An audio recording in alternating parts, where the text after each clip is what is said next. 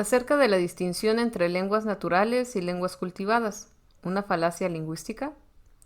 Este texto fue redactado por Mirko Lampis y Radana Sbarkova y fue publicado en el año 2017. 1. Observaciones preliminares. Sostiene el profesor Moreno Cabrera que existen diferencias sustanciales entre las lenguas naturales, por un lado, y las lenguas cultivadas, por otro. La lengua natural sería la que cada uno aprende desde su nacimiento y usa de forma espontánea en sus interacciones comunicativas diarias, sin necesidad alguna de conocimientos explícitos acerca de su estructura, sin preocupaciones añadidas acerca de su pulcritud y sin esfuerzos particulares en su realización. La lengua cultivada, en cambio, vendría a ser una derivación cultural y parcial de la lengua natural, una lengua de superestrato, artificialmente estandarizada y canonizada, cuando no impuesta, a golpes de gramáticas, manuales y diccionarios, y cuyo uso y manejo requieren cuidados y atenciones constantes. En palabras del propio Moreno Cabrera, el objetivo de sus textos, dice, cita, es la exposición, explicación y ejemplificación de una dicotomía de carácter epistemológico y heurístico entre lo que denomino lenguas naturales y lenguas cultivadas. Las primeras son las lenguas que desarrollamos espontáneamente todos los seres humanos, gracias a la facultad exclusiva de nuestra especie y que usamos a diario de forma automatizada e inadvertida. Las lenguas cultivadas surgen de la elaboración consciente y explícita de algunos aspectos de las lenguas naturales, en las que se basan esas elaboraciones. A diferencia de lo que ocurre con las lenguas naturales, se realizan de modo consciente y con unas determinadas finalidades en mente, y, por tanto, ni son espontáneas, ni son automáticas, ni son inadvertidas. Las lenguas escritas, estándar de las sociedades industrializadas, son ejemplos de este tipo de lengua, pero hay elaboraciones lingüísticas conscientes de las lenguas naturales en todas las comunidades humanas conocidas. Se realizan con determinados fines de carácter ritual, poético, social, antropológico o simplemente lúdico. Fin de cita. Se trata, como a menudo recuerda Moreno Cabrera, de una distinción que cuenta con el apoyo de una larga y respetable tradición científica y, sin embargo, nosotros quisiéramos aquí ponerla en entredicho o, por lo menos, problematizarla, ya que creemos que la lengua es un quehacer comunicativo y semiósico, multiestratificado y heterárquico, rizomático, por decirlo como con Deleuze y Guattari, en el que toda frontera solo puede ser trazada y fijada a partir de determinadas estrategias descriptivas y con un amplio margen de relatividad. Natural y cultivado serían en tal sentido tan solo unas etiquetas cuyo empleo dicotómico, en nuestra opinión, no resulta muy acertado en el campo de la lingüística, científica y filosófica.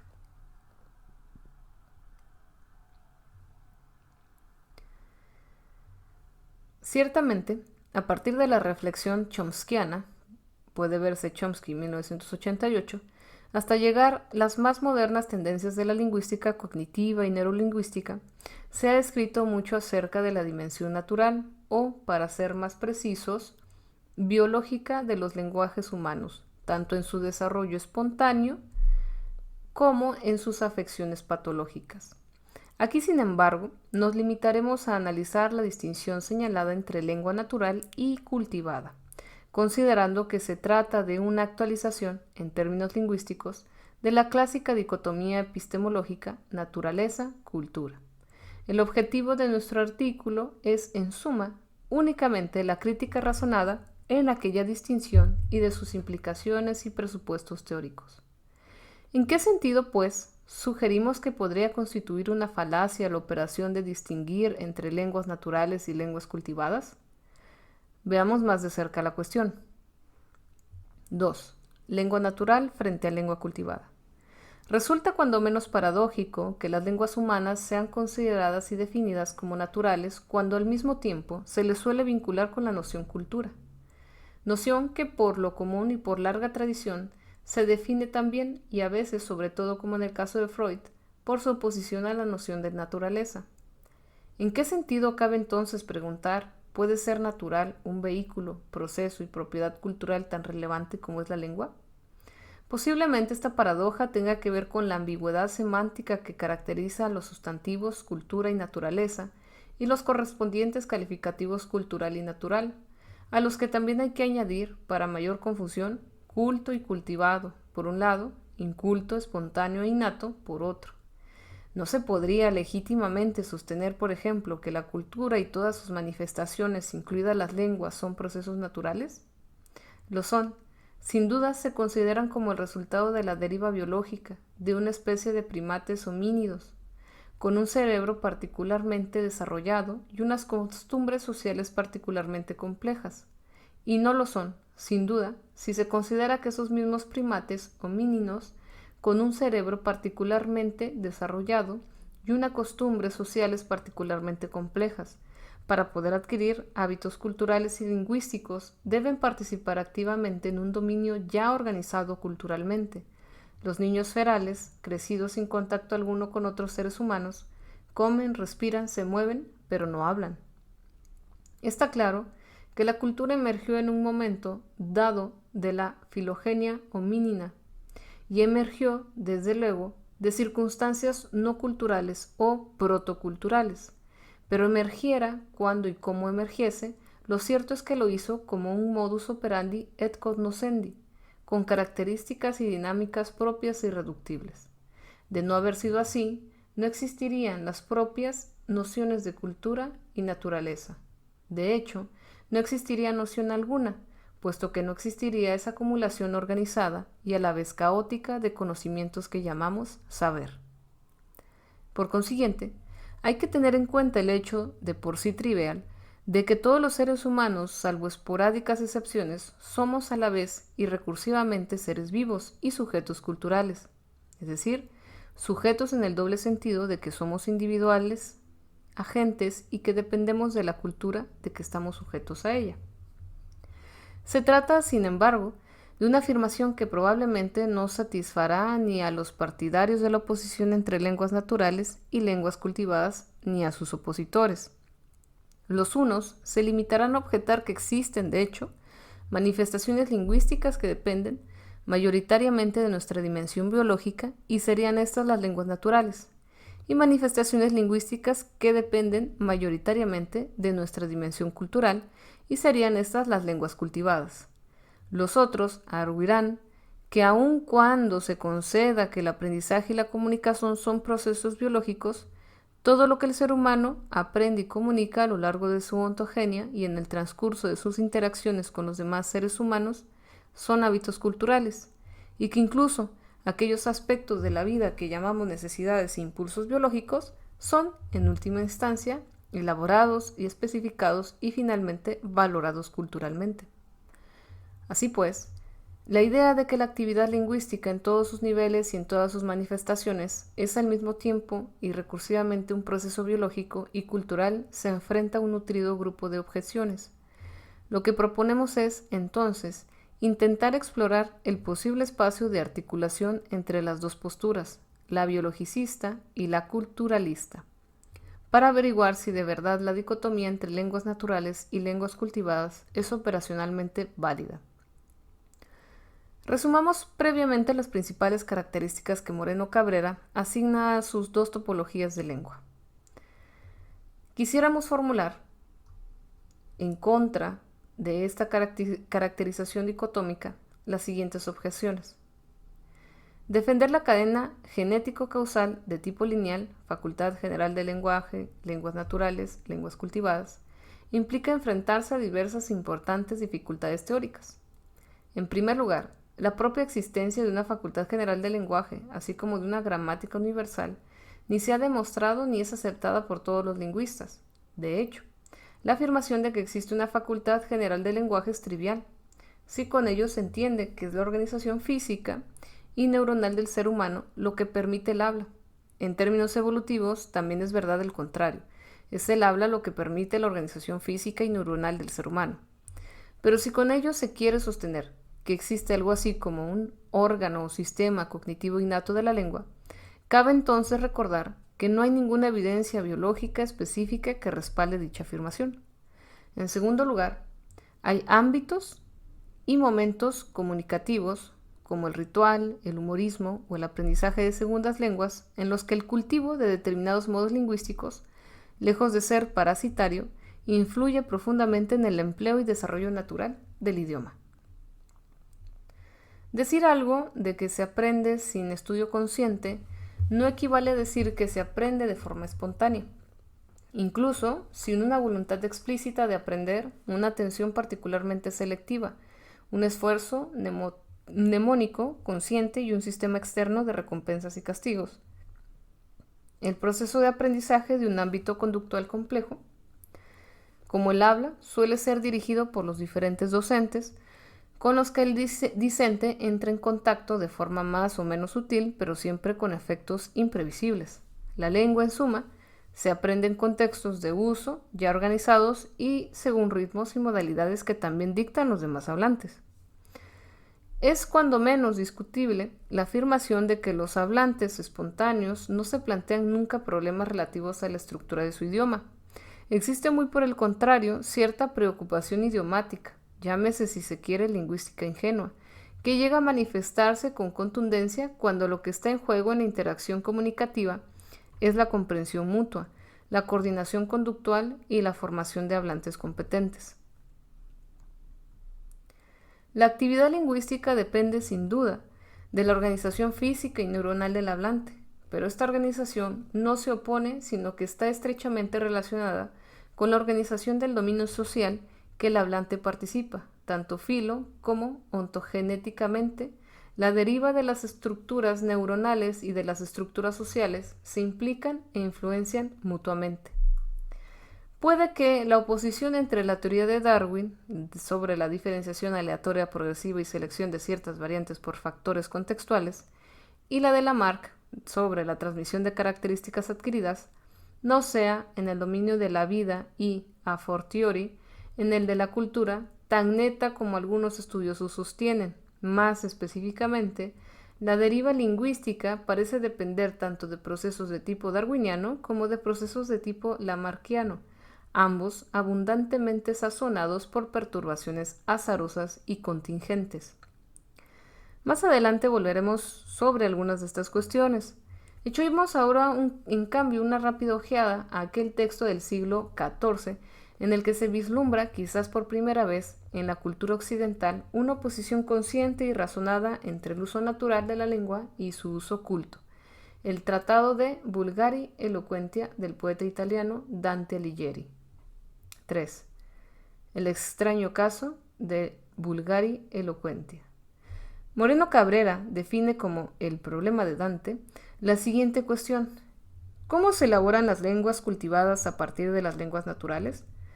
La elección del autor de referencia, sin embargo, no parece ser en este caso particularmente pertinente, a menos que no se quiera reducir la lengua cultivada a una lengua poética, única y verdadera preocupación de Dante en su tratado, y a menos que no se quiera ejemplificar el proceso de génesis de toda lengua cultivada a través de las reflexiones dantescas acerca de las elecciones más convenientes que hay que tomar en materia de creación poética.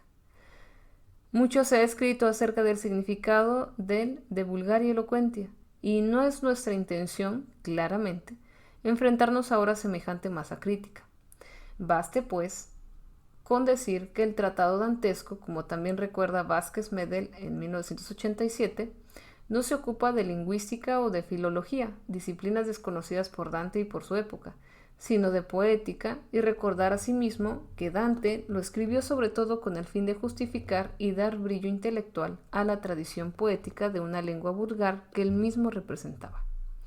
Ahora bien, nos dice Dante en los primeros capítulos de su obra que el habla vulgar es materna locutio, es decir, una lengua que sine omni regola nutrice imitantes accepimus, y que al lado del habla vulgar también tenemos lo que los romanos llamaron gramática, un hábito lingüístico culto que pocos alcanzan porque requiere un estudio largo y asiduo. De las dos hablas, sigue Dante, es el vulgar la más noble, bien porque prima fuit humano generi usitata, bien porque totus orbis ipsa per futur. No extraña el hecho de que, en opinión de Dante, es el vulgar la primera lengua del género humano. Nuestro autor desconocía naturalmente tanto la noción del latín vulgar como la moderna perspectiva histórica y evolutiva, según la cual es aquel latín hablado que procede en todos los idiomas romances. Para Dante, en cambio, las lenguas vulgares venían directamente de la primera lengua que fue creada por Adán y que se fue perdiendo tras la diáspora que siguió el episodio de la Torre de Babel. La progresiva diferenciación de los vulgares se debió al hecho de que el hombre es insta vilissimum, atque varisimulin animal, un animal cuyos hábitos y costumbres varían, y cuya loquela también, por ende, varían en una continua situación. La gramática o la facultad de la gramática, en cambio, el latín como lengua culta canonizada, hipercodificada y suprahistórica, era para Dante una lengua artificial, creada por los doctos a fin de obviar las dificultades que se derivan de la inestabilidad y variabilidad lingüística del ser humano. Hay cierta ambigüedad de fondo en la postura de Dante, también en el Principio del Convivio, tratado filosófico cuya redacción está, sí, en lengua vulgar, y Dante emprendió e interrumpió exactamente, al igual que la de Vulgari Eloquentia, durante el destierro. Nuestro autor declara su amistad y su amor por el vulgar, la lengua de sus padres, y por lo tanto la que más contribuyó a engendrarle. Y añade: aún este mi vulgar fue introductor de mí mismo en la vía de la ciencia, que es la última perfección, en tanto que con él entré en el latín y con él me fue enseñado, el cual latín luego me fue vía para ir más adelante. El vulgar ya era para Dante una lengua suficiente, completa y rigurosa como para hablar de temas de ciencia.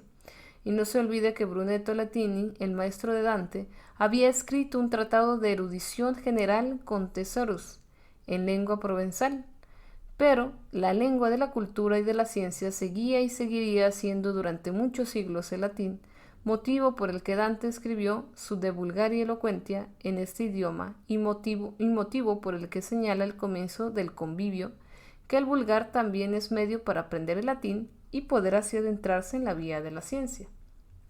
Sin embargo, al llegar al tema central de Vulgari Eloquentia, la elocución poética, Dante no duda en definir ese mismo vulgar materno, poco antes alabado y declarado superior a la propia gramática, como insuficiente, defectuoso, feo e inelegante, de modo que si alguien quiere alcanzar la verdadera elocuencia, no son las hablas maternas instrumento suficiente, sino que es menester acudir al vulgar ilustre. Dante pasa en reseña las diferentes hablas italianas y llega a la conclusión de que ninguna de ellas es lo suficientemente buena como para servir de vulgar literario común. Quizás la mejor, locutio, de Italia, es decir, porque está formada por expresiones de las variedades cercanas, es el habla de la ciudad y comarca de Bolonia. Pero tampoco esta variedad se acerca al vulgar ilustre, cardinal, áulico y curial, el cual más bien aparece en todas las ciudades y no demora en ninguna. Este vulgar es, en resumidas cuentas, la lengua común de los poetas, el italiano tal y como se usaba en los mejores escritores de Italia, desde los sicilianos hasta el propio Dante. La de Dante es, en último término, una concepción aristocrática de la lengua. El vulgar ilustre es la mejor lengua posible, pero no es apta para todos los usos ni para todos los hablantes, ya que optima loquela non conventi nisi illis incubios ingenum et sentia est. El vulgar ilustre, en otras palabras, debería ser usado solo por versificadores excelentísimos y para tratar solo materias dignísimas, más específicamente armorum probitas amoris accensio et directio voluntatis. Intentemos ahora averiguar si a la descripción dantesca del vulgar ilustre se le puede aplicar las características que Moreno Cabrera asigna a las lenguas cultivadas. Con algunas pequeñas reservas que ahora no vienen al caso, diremos que la caracterización de Moreno Cabrera representa muy bien el tipo de operaciones propuestas por Dante y que el vulgar ilustre, por ende, se podría perfectamente definir como una lengua cultivada. Motivo por el que a Moreno Cabrera, suponemos, se le ocurrió hablar del problema de Dante y no, digamos, del problema de Lope o del problema de Manzoni. Pero no por no ser cultivado, o por ser cultivado, es también el vulgar ilustre, un parásito de la lengua natural. Si lo fuera, ¿a qué lengua natural parasitaría? Y sobre todo, no es cultivado, de la misma forma y manera que la gramática, tal y como Dante la concebía. Ha llegado el momento de examinar más de cerca la cuestión de la naturalidad de las lenguas. 4. ¿En qué sentido es natural una lengua natural? Recuerda el primatólogo Franz de Waal, en 2002, el extraño caso del aprendiz de sushi, que quien durante varios años solo puede observar a su maestro, sin intervenir nunca en la preparación de la comida, hasta que el propio maestro considere que el aprendiz está listo para trabajar solo. El aprendiz idiomático es muy diferente al del aprendiz de sushi. No solo requiere participación en un medio lingüístico y organizado, sino que dicha participación ha de ser activa y constante. El hecho de que existan determinados periodos críticos en el proceso de aprendizaje, pasados los cuales ya no se alcanzan las competencias y destrezas previstas, se debe ciertamente a los ritmos y dinámicas de maduración cerebral, pero la definición de tales ritmos y dinámicas en la filogenia homínida y en cierta medida también en la ontogenia individual se debe tanto a factores biológicos como a factores sociales y aún culturales. Ahora bien, la distinción entre lenguas cultivadas y lenguas naturales, si bien se mira, responde a una estrategia descriptiva de tipo analógico. Así como las plantas nacen y crecen de forma espontánea en la naturaleza, mientras que los sembrados requieren un trabajo organizado de forma racional, así las lenguas naturales nacen y se emplean de forma espontánea, mientras que las lenguas cultivadas requieren un trabajo organizado de forma racional. En la misma línea analógica, encontramos la comparación entre la actividad lingüística y el comer. Al fin y al cabo, si el lenguaje humano es un fenómeno a la vez biológico y cultural, lo que es necesario comprender es en cuáles aspectos es biológico y en cuáles cultural. Y es aquí donde resulta útil la analogía con la comida, puesto que la necesidad de ingerir alimentos es claramente un hecho biológico, y las formas en que esto se realiza en diversas sociedades es un hecho claramente cultural. La analogía es, una vez más, muy sencilla. Así como todos comemos, pero lo que comemos y cómo y dónde comemos cambia de cultura en cultura, así todos hablamos, pero lo que decimos y cómo y dónde lo decimos cambia de cultura en cultura. Es innegable, en efecto, que todos nosotros necesitamos proporcionar nuestras células nutrientes y necesitamos aportarles oxígenos, eliminar desechos, necesitamos dormir. Se trata de macronecesidades biológicas, por así llamarlas, que se hallan estrechamente relacionados con la actividad metabólica de nuestro cuerpo y que se manifiestan a partir de los primeros instantes de vida del organismo, desde el nacimiento o antes todavía. El caso del habla parece, sin embargo, muy diferente, sobre todo si acudimos a otras analogías descriptivas. Podríamos, por ejemplo, comparar la lengua con el andar y eventualmente con el nadar, y también podríamos traer a colación la diferencia sustancial que separa el sexo del erotismo. La historia de la hominización es también una historia de progresiva bipedación, cuyo resultado es que la estructura física de todo ser humano anatómicamente moderno está adaptada para el movimiento bípede. Aún así, los niños, a los que no se les enseña a andar o no andan o lo hacen solo de forma esporádica, como los grandes simios. Es decir, el hecho de tener dos piernas largas y robustas y una columna vertebral recta es el resultado de la transmisión y del operar genético, pero la capacidad de moverse sobre esas dos piernas y con una postura totalmente erecta no es innata, sino que debe ser aprendida. ¿Es por ello esta capacidad menos natural? A diferencia del bipedismo, la capacidad de nadar es lo que hoy en día los biólogos definirían como un caso, por lo menos incipiente, de exaptación. Ni las piernas ni los brazos han evolucionado para moverse en el agua, pero se pueden usar para ello con discretos y aún excelentes resultados. Por lo demás, la natación, así como muchos otros hábitos que hay que adquirir durante la ontogenia, requiere un notable esfuerzo de habituación en sus comienzos, pero una vez aprendida, mejor o peor, se convierte en una actividad que se puede desempeñar con naturalidad y espontaneidad. Y finalmente el erotismo. Otro caso más de exaptación. ¿En qué medida son naturales y en qué medida cultivados los juegos eróticos? Hay que recordar que, aun cuando la propia actividad sexual necesaria para la preservación de la especie se haya profundamente culturizado en sus formas, rituales y tabús, el erotismo no parece poderse reducir a una forma cultivada y parasitaria del sexo natural, sino que se nos presenta como un refinamiento y una exploración de las posibilidades de la atracción y del deseo. Es siempre una cuestión peliaguda, en conclusión, distinguir con claridad lo que el ser humano es natural de lo que es cultural, y en muchos casos se trata de una disyuntiva teóricamente débil. Cita: ¿dónde termina, pues, la naturaleza y empieza la cultura? ¿Cuándo termina la evolución biológica de Homo y empieza su evolución cultural? ¿En qué punto termina la naturaleza humana y empiezan los hábitos culturales? Carecemos de fundamentos operacionales para establecer un limis neto, preciso, estable. En cualquier nivel, la noción de naturaleza y la de cultura se definen de forma muta y recursiva, adquiriendo significados a veces antitéticos, otras veces complementarios y otras aún intercambiables o hasta coincidentes. No existe ningún fenómeno humano que no implique ambas dimensiones cognoscitivas, y el hecho de asignar a una de las dos algún tipo de prioridad causal o estructural solo resulta comprensible a la luz de determinadas y contingentes estrategias explicativas. La comunicación, en tanto que actividad dirigida a la coordinación conductual entre los miembros del grupo social, puede sin duda ser descrita como una macronecesidad biológica, que han encontrado a lo largo de la filogenia diferentes e ingeniosas soluciones viables, entre ellas la conducta lingüística humana, y nos parece que en su caso son muchos los aspectos y las modalidades de que se compaginan bien con una distinción demasiado neta entre natural y cultivado. Considérese, por ejemplo, que hay miles de personas en el mundo, incluidos los autores de estas líneas, que en sus ámbitos laborales, domésticos y afectivos han aprendido a emplear un idioma diferente de su idioma materno.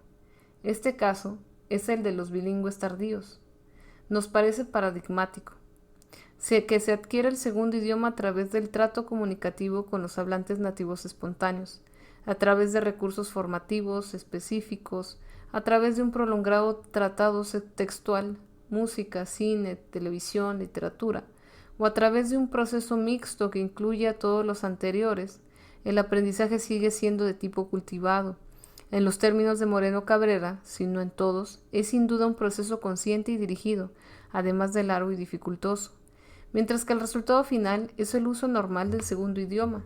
Se acerca más a la especificación de la lengua natural, siempre en el sentido de Moreno Cabrera. Las llamadas interlenguas presentan semejantes elementos de dificultad, tanto en el aprendizaje del idioma nativo como en el aprendizaje de segundos idiomas o de idiomas especializados. Los discentes, en un principio, suelen apoyarse en un sistema lingüístico simplificado pero tendencialmente coherente, la interlengua. Este sistema sería en la terminología de Moreno Cabrera como una verdadera y propia lengua natural, si no fuera por el hecho de que es un sistema que también se caracteriza por su provisionalidad.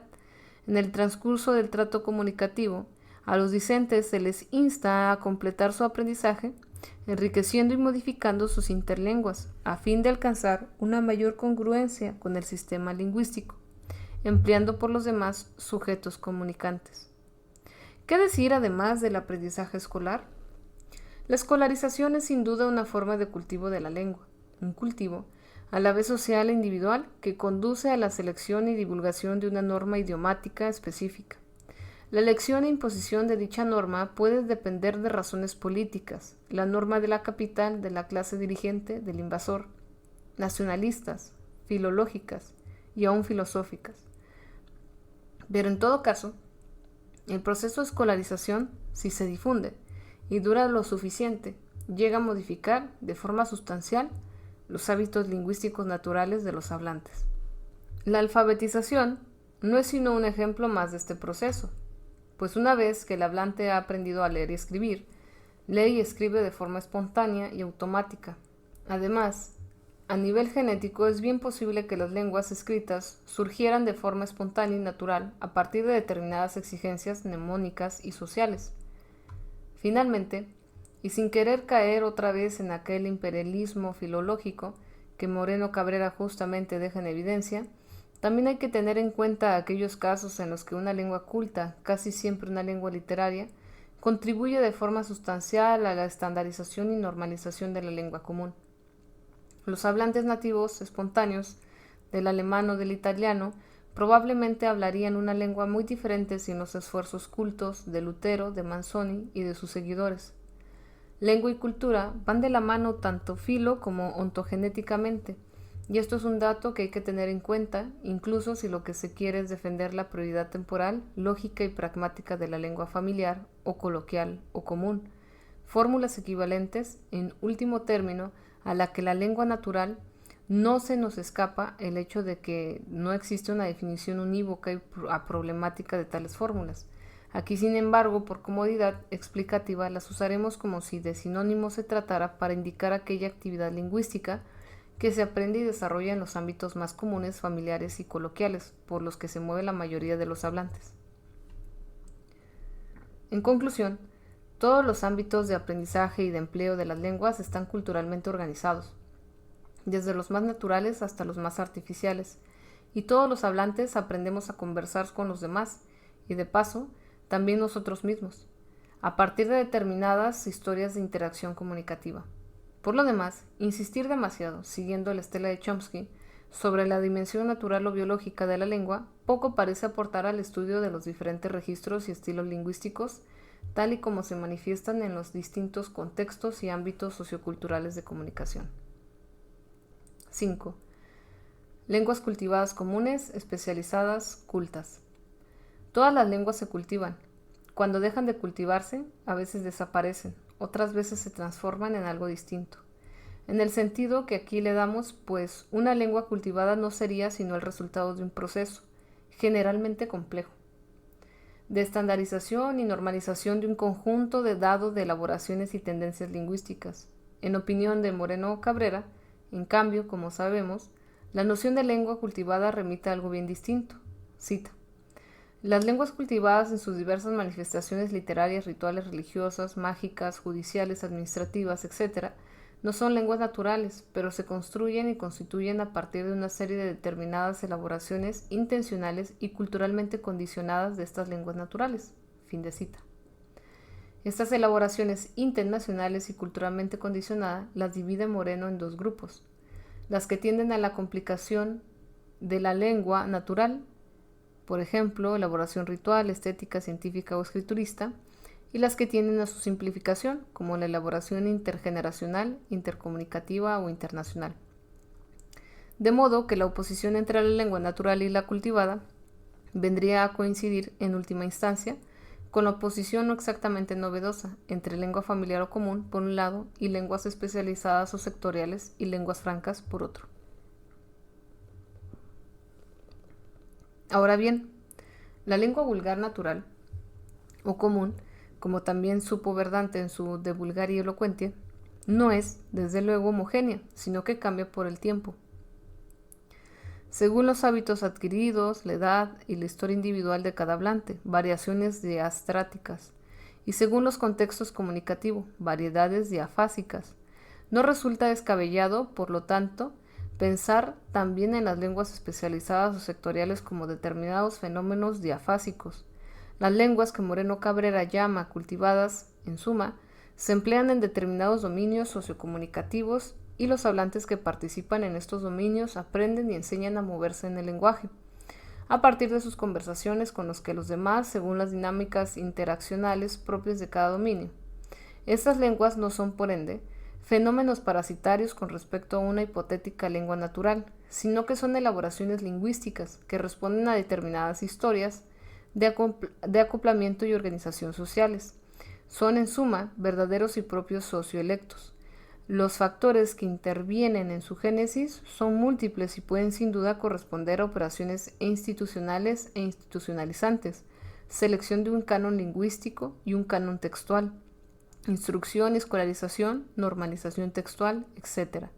Lo cual, sin embargo, no pone en entredicho el acerto de que toda lengua especializada, así como en la enciclopedia especializada correspondiente, es a la vez resultado y motor de exigencias comunicativas y expresivas integradas en un ámbito social de acción.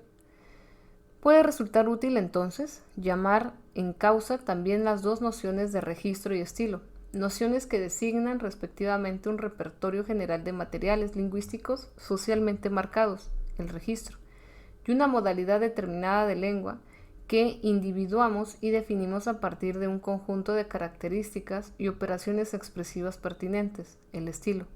En otros términos, un registro lingüístico sería un depósito de materiales etiquetados según su utilidad y prestigios sociales, registro vulgar, medio, culto, literario, etc.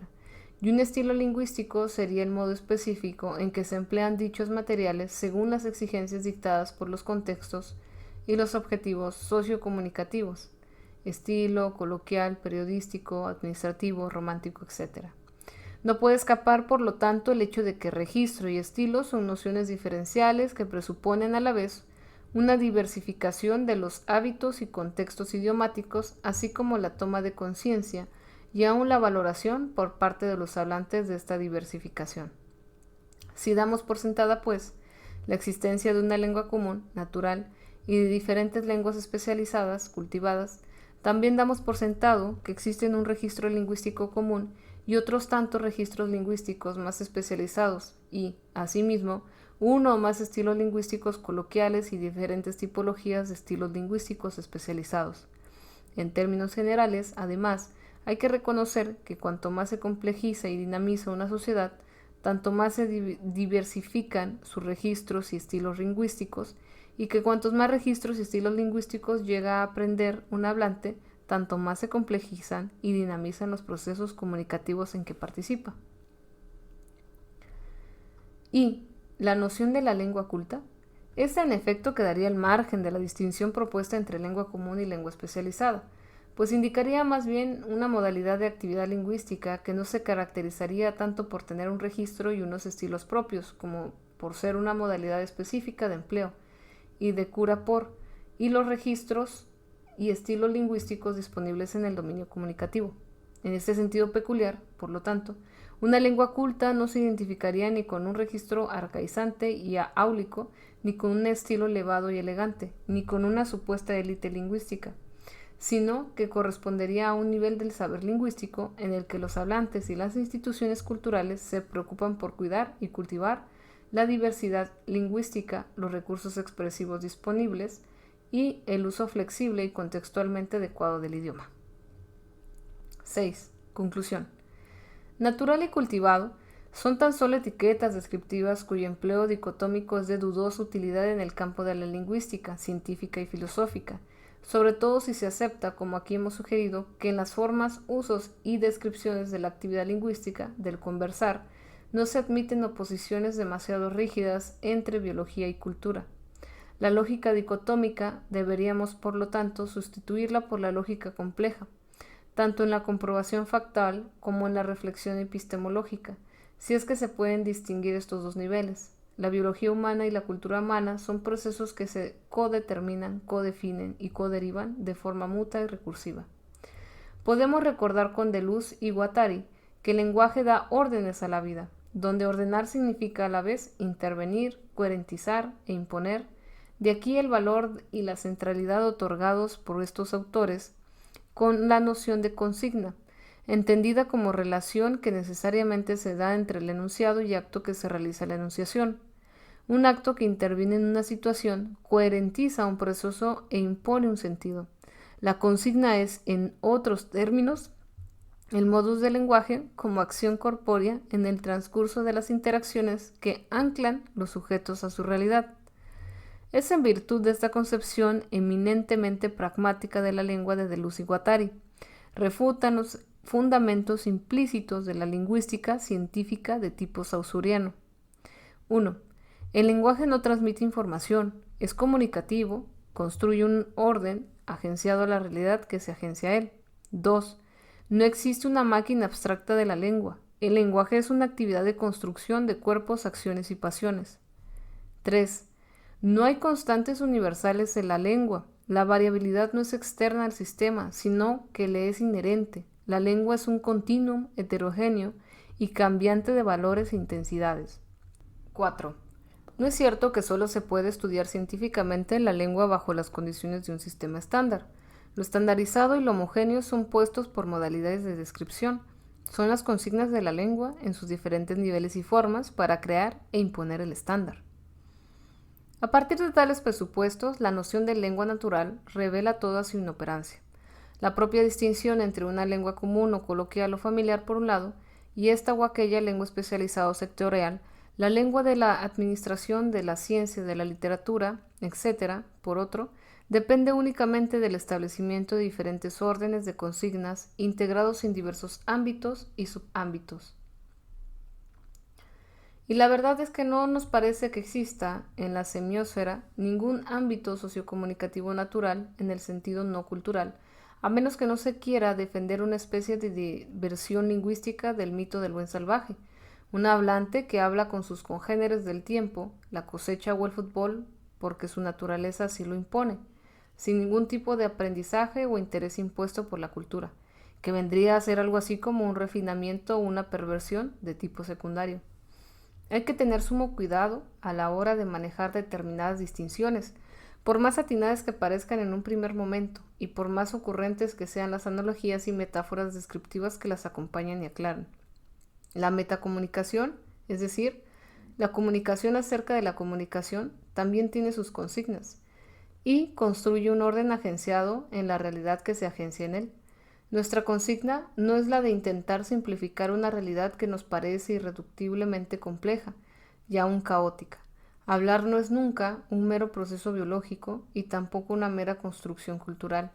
Se pueden sin duda estudiar y clasificar de diferentes maneras las micro y macroestructuras de la lengua, sintaxis, sus relaciones significantes, semánticas, y sus condicionamientos y funciones contextuales y sociales, pragmática, pero nunca se debería perder de vista la profunda y a la vez problemática unidad que se da entre vida, comunicación y cultura. Recuerda que la fuente de este documento la puedes encontrar en la caja de descripción y muchas gracias por escuchar.